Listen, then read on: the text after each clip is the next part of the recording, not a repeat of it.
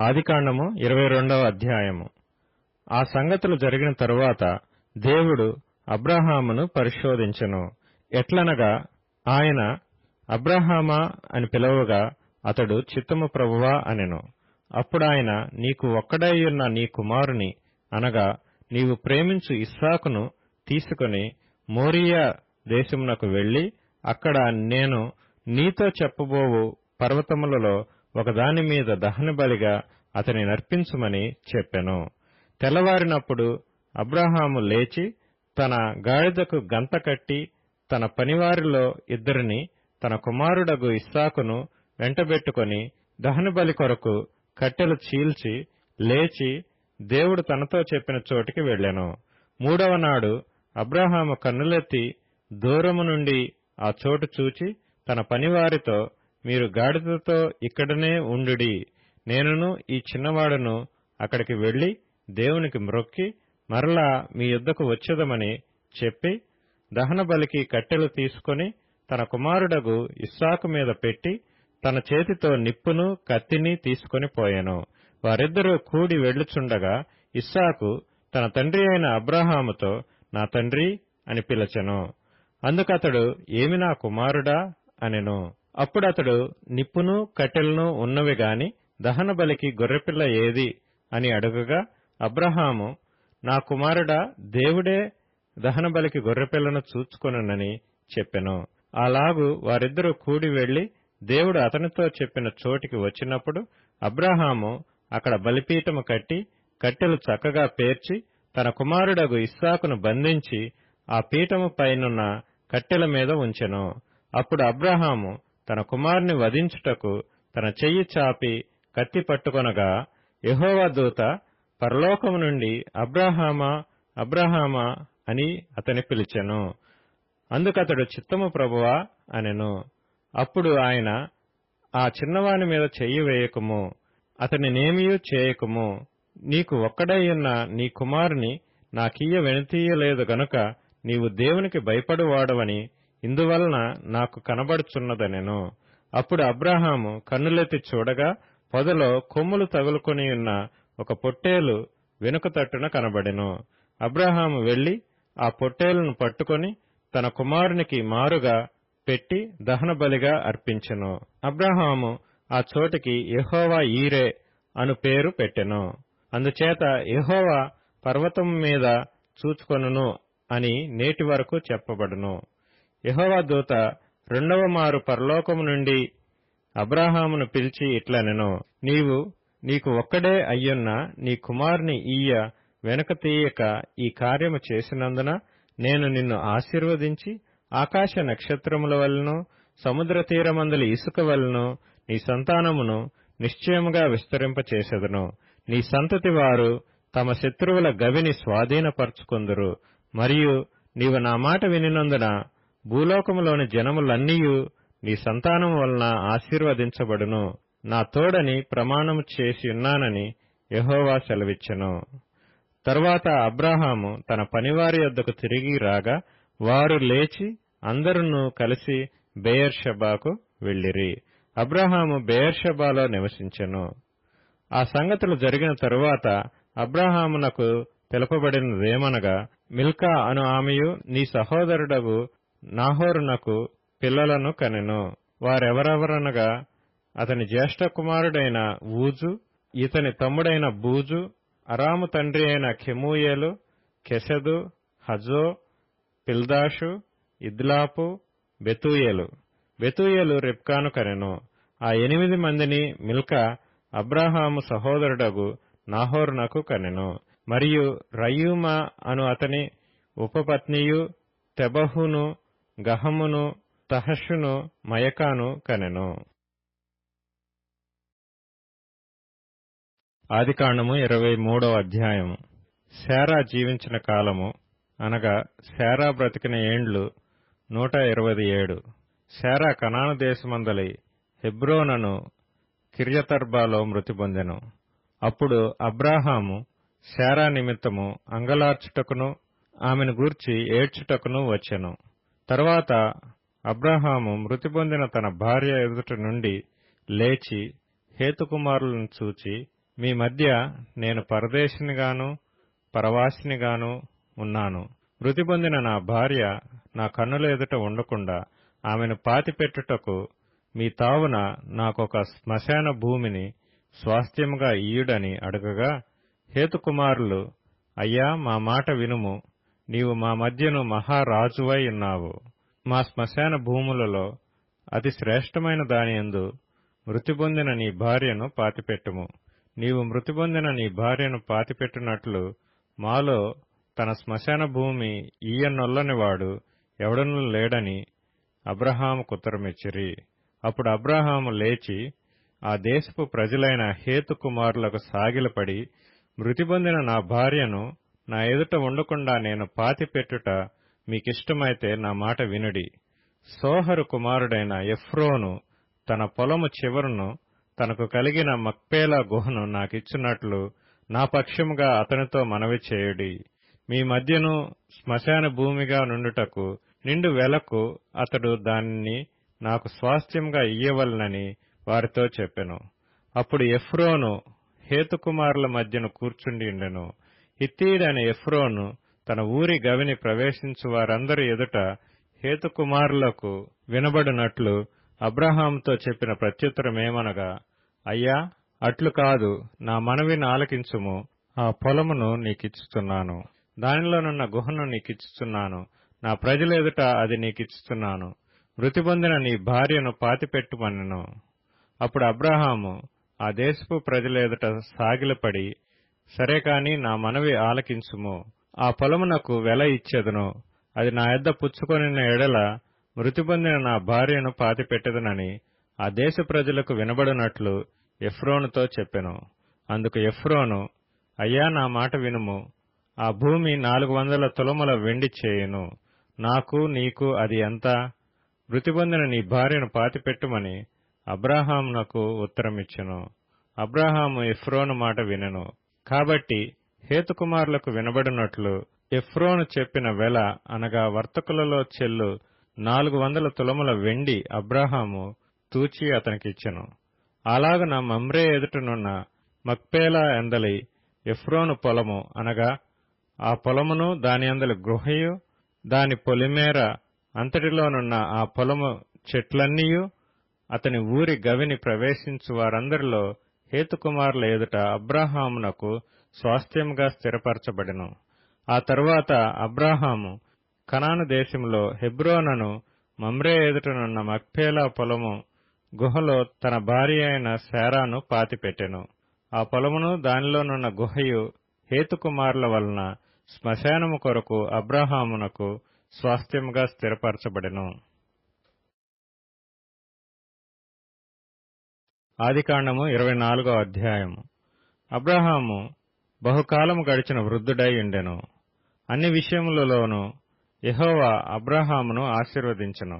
అప్పుడు అబ్రహాము తనకు కలిగిన సమస్తమును ఏలుచుండిన తన ఇంటి పెద్ద దాసునితో, నీ చెయ్యి నా తొడ క్రింద పెట్టుము.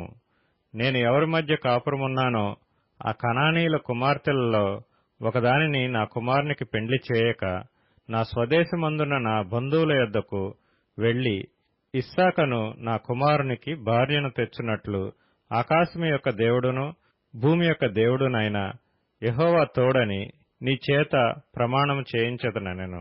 ఆ దాసుడు, ఈ దేశమునకు నా వెంట వచ్చుటకు ఒకవేళ ఆ స్త్రీ ఇష్టపడని ఎడల నీవు బయలుదేరి వచ్చిన ఆ దేశమునకు నేను నీ కుమారుని తీసుకొని పోవలెనా అని అడగగా, అబ్రహాము, అక్కడికి నా కుమారుని తీసుకొని పోకూడదు సుమి.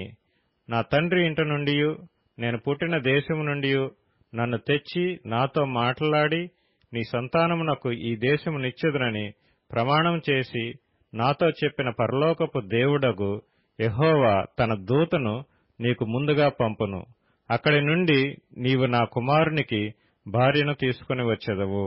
అయితే నీ వెంట వచ్చుటకు ఆ స్త్రీ ఇష్టపడని ఎడల ఈ ప్రమాణము నుండి విడుదల పొందెదవు గాని నీవు నా కుమారుని అక్కడికి తీసుకొని పోకూడదని అతనితో చెప్పెను. ఆ దాసుడు తన యజమానుడగు అబ్రహాము తొడ క్రింద చెయ్యి పెట్టి ఈ సంగతి విషయమై ప్రమాణము చేసెను. అతడు తన యజమానుని ఒంటెలలో 10 ఒంటెలను, తన యజమానుని ఆస్తిలో శ్రేష్టమైన నానా విధములగు వస్తువులను తీసుకొని పోయెను. అతడు లేచి ఆరామ్న హరాయిములోనున్న నాహోరు పట్టణము చేరి, సాయంకాలమందు స్త్రీలు నీళ్లు చేదుకొనవచ్చు వేళకు ఆ ఊరి బయటనున్న నీళ్లబావి యొద్ద తన ఒంటెలను మోకరింపచేసి ఇట్లనెను, నా యజమానుడగు అబ్రాహాము దేవుడువైన యెహోవా, నేను వచ్చిన కార్యమును త్వరలో సఫలం చేసి నా యజమానుడగు అబ్రాహాము మీద అనుగ్రహము చూపుము. చిత్తగించుము, నేను ఈ నీళ్ల ఊట యొద్ద నిలుచుచున్నాను. ఈ ఊరి వారి పిల్లలు నీళ్లు చేదుకొనుటకు వచ్చుతున్నారు. కాబట్టి నేను త్రాగునట్లు నీవు దయచేసి నా కడవను వంచుమని నేను చెప్పగా, నీవు త్రాగుము, నీ ఒంటెలకును నీళ్లు పెట్టెదనని ఏ చిన్నది చెప్పునో ఆమెయే నీ సేవకుడైన ఇస్సాకు కొరకు నీవు నియమించినదై ఉండునుగాక. అందువలన నీవు నా యజమానుని మీద అనుగ్రహము చూపితివని తెలుసుకుందుననెను.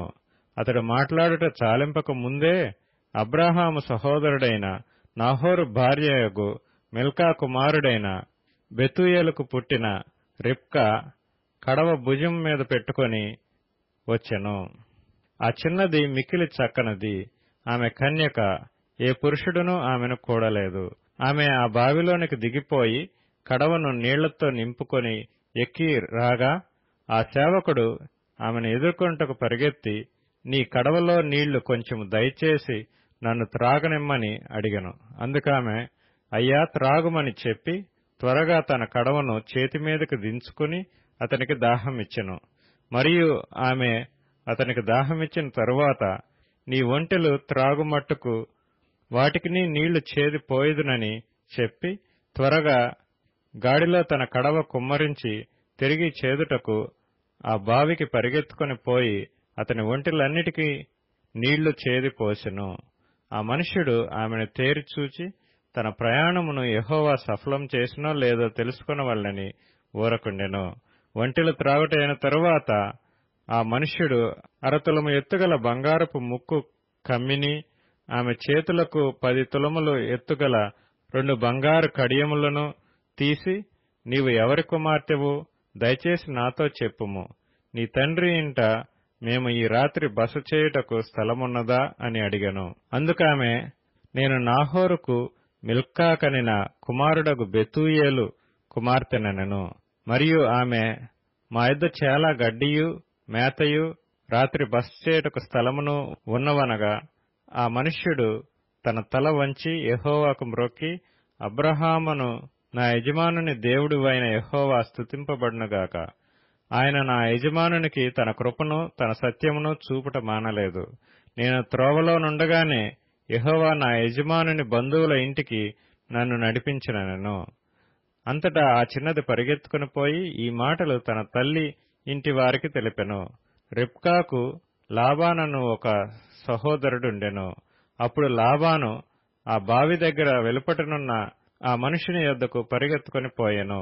అతడు ఆ ముక్కు కమ్మిని తన సహోదరి చేతులనున్న ఆ కడియములను చూచి, ఆ మనుష్యుడు ఈలాగు నాతో మాట్లాడెనని తన సహోదరి అయిన రిబ్కా చెప్పిన మాటలు విని ఆ మనుషుని యొద్దకు వచ్చెను.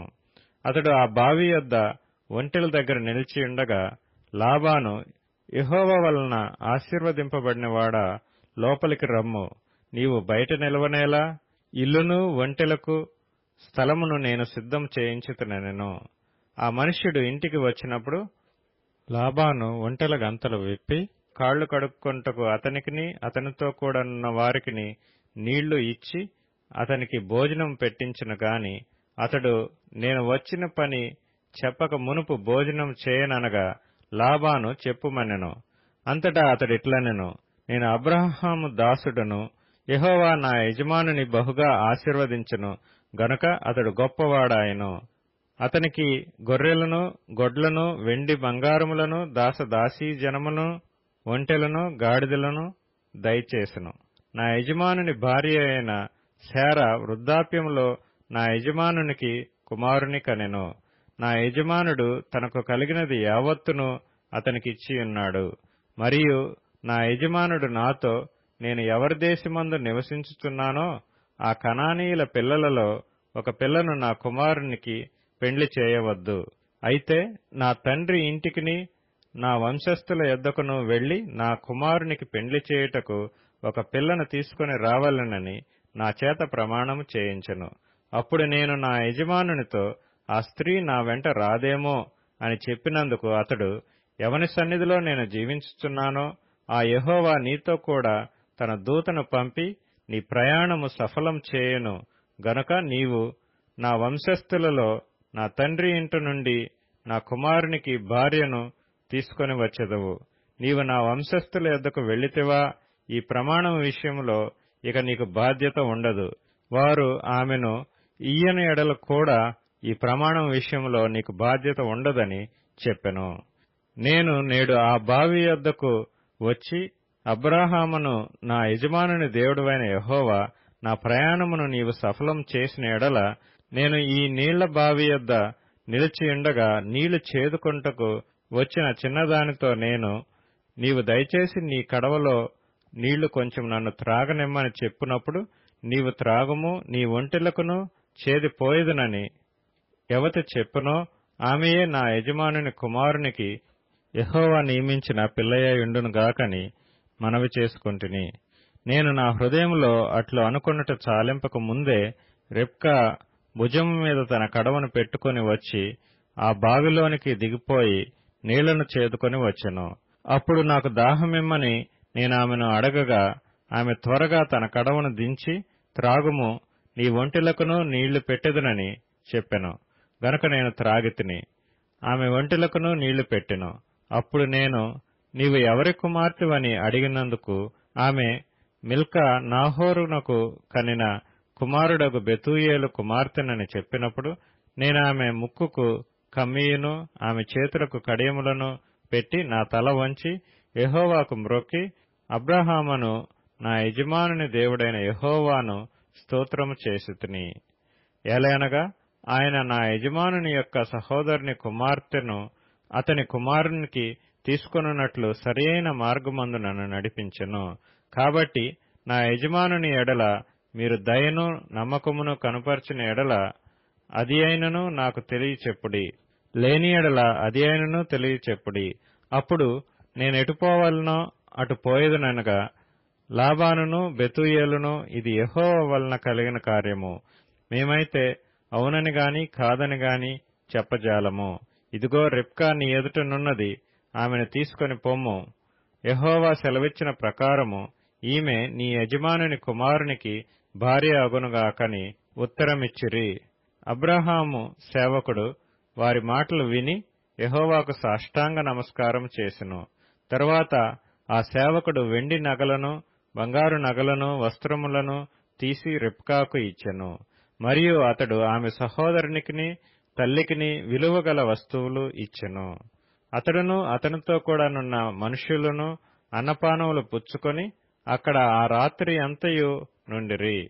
ఉదయమున వారు లేచినప్పుడు అతడు, నా యజమానుని యొద్దకు నన్ను పంపించుడని చెప్పగా ఆమె సహోదరుడును ఆమె తల్లియు, ఈ చిన్నదాని 10 దినములైనను మా యొద్ద ఉండనిమ్ము, ఆ తరువాత ఆమె వెళ్లవచ్చునండ్రి.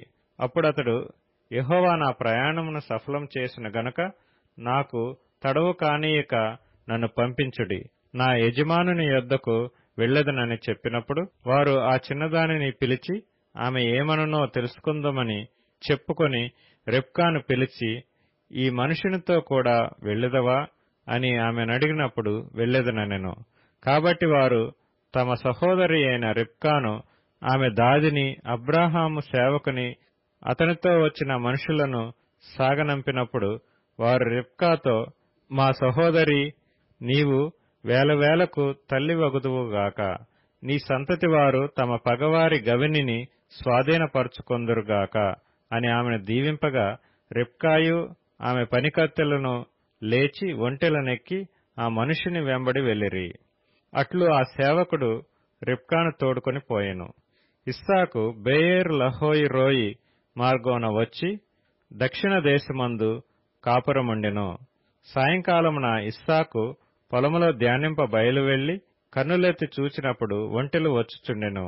రిబ్కా కన్నులెత్తి ఇస్సాకును చూచి, ఒంటి మీద నుండి దిగి మనల్ని ఎదుర్కొంటకు పొలములో నడుచుచున్న ఆ మనుష్యుడెవరని దాసుని నడగగా, అతడు ఇతడు నా యజమానుడని చెప్పెను గనుక ఆమె ముసుగు వేసుకొనెను. అప్పుడా దాసుడు తాను చేసిన కార్యములన్నీయు ఇస్సాకుతో వివరించి చెప్పెను. ఇస్సాకు తల్లి అయిన శారా గుడారములోనికి ఆమెను తీసుకొని పోయెను. అట్లు అతడు రిబ్కాను పరిగ్రహింపగా ఆమె అతనికి భార్య ఆయెను.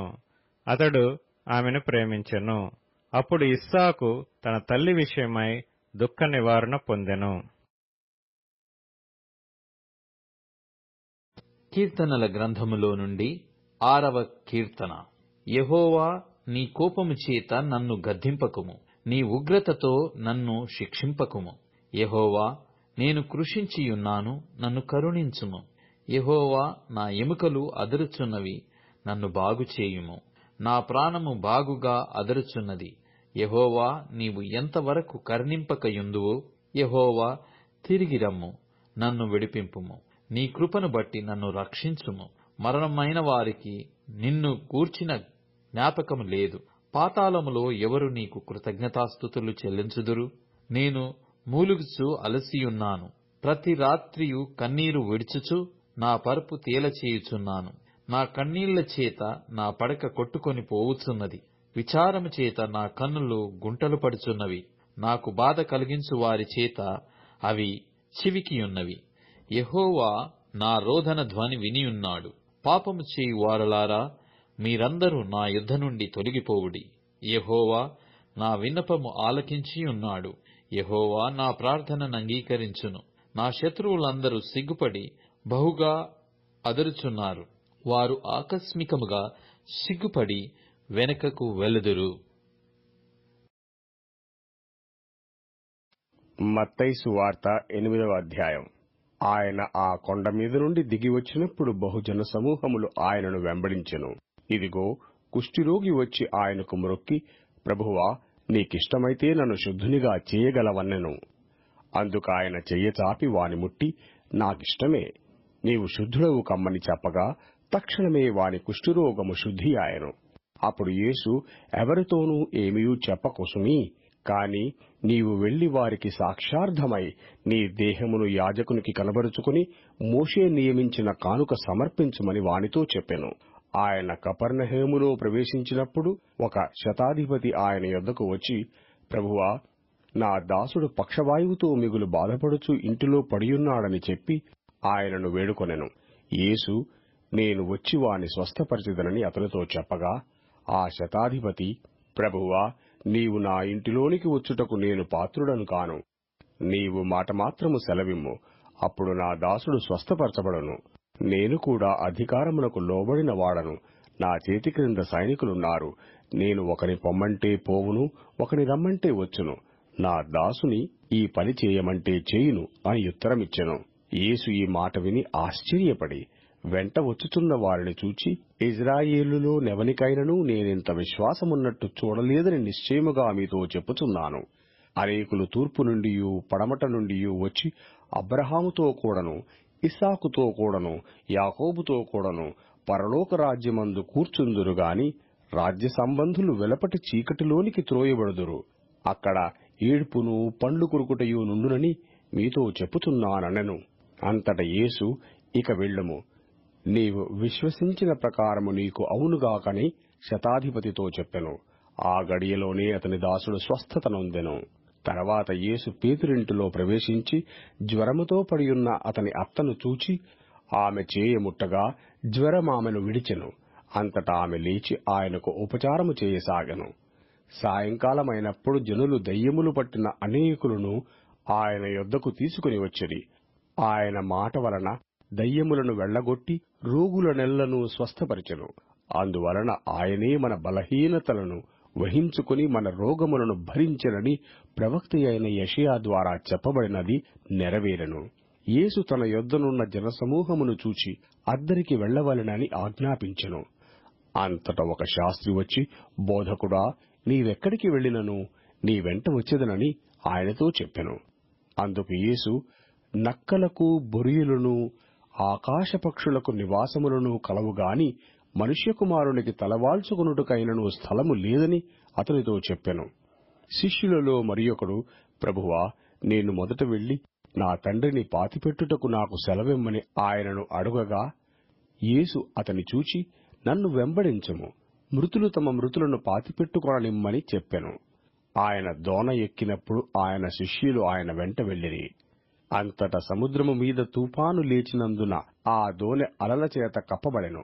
అప్పుడు ఆయన నిద్రించుచుండగా వారు ఆయన యొద్దకు వచ్చి, ప్రభువా, నశించిపోవుచున్నాము, మమ్మను రక్షించమని చెప్పి ఆయనను లేపిరి.